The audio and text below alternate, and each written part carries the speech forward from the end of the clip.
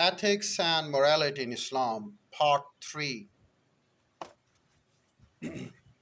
Number 5. Outlawing acts of ridicule, slander, backbiting, arrogance, and jealousy.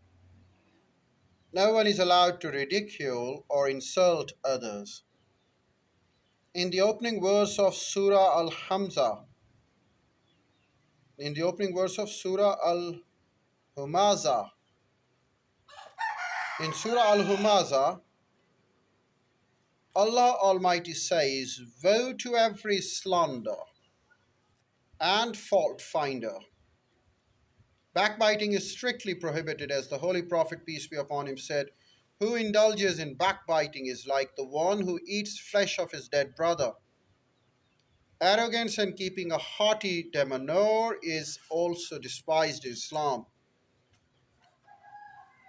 Allah Almighty says in verse 18 of Surah Al Luqman, the name of the noble person, wise man, "And turn not your face away from men with pride, nor walk insolence through the earth.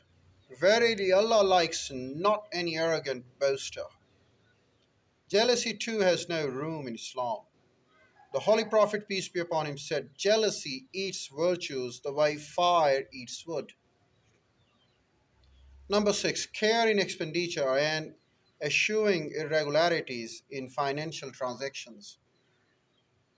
Islam provides guidelines for spending money by directing Muslims to adopt moderation, as it likes neither lavish expenditure nor miserly ways.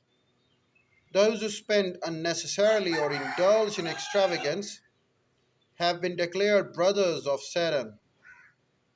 About such people, Allah Almighty says in verse 27 of Surah Bani Israel, children of Israel, "Indeed, the wasteful are brothers of the devils, and ever has Satan been to his Lord ungrateful." Tight fisted and misers are also disliked by Islam. The Muslims are encouraged to spend as much as possible in charity. Although all religions promote charity, distinction of Islam is that it obligates on rich people to spend their wealth in the service of humanity, besides a specific portion of their wealth annually in the shape of zakat.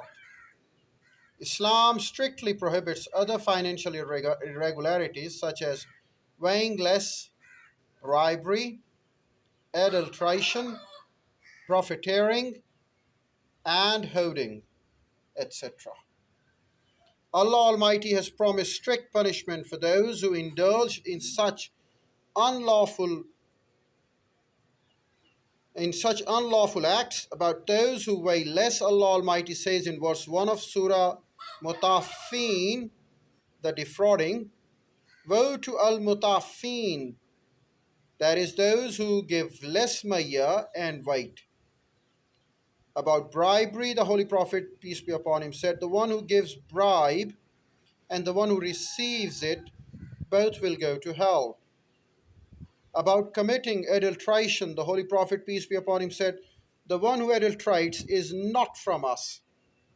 About profiteering and hoarding, the Holy Prophet, peace be upon him, said, "Who hoarded grain for 40 days for the purpose of profiteering, that is, for the increasing of prices, it would imply that he is wary of Allah and Allah is wary of him." Number 7. Tolerance and avoiding anger. Tolerance also holds an important place in Islamic ethics and moral values.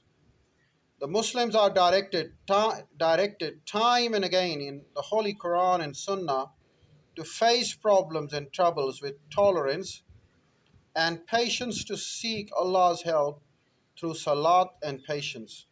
For example, in verse 17 of Surah Luqman, the noble man, Hazrat Luqman, the noble man, advised his son to bear the problems of life with patience. The Holy Prophet, peace be upon him, and his companions faced enormous problems at the hands of infidels of Makkah, but they never adopted non-tolerant and impatient attitude. I'll tell you more about the same in my next video.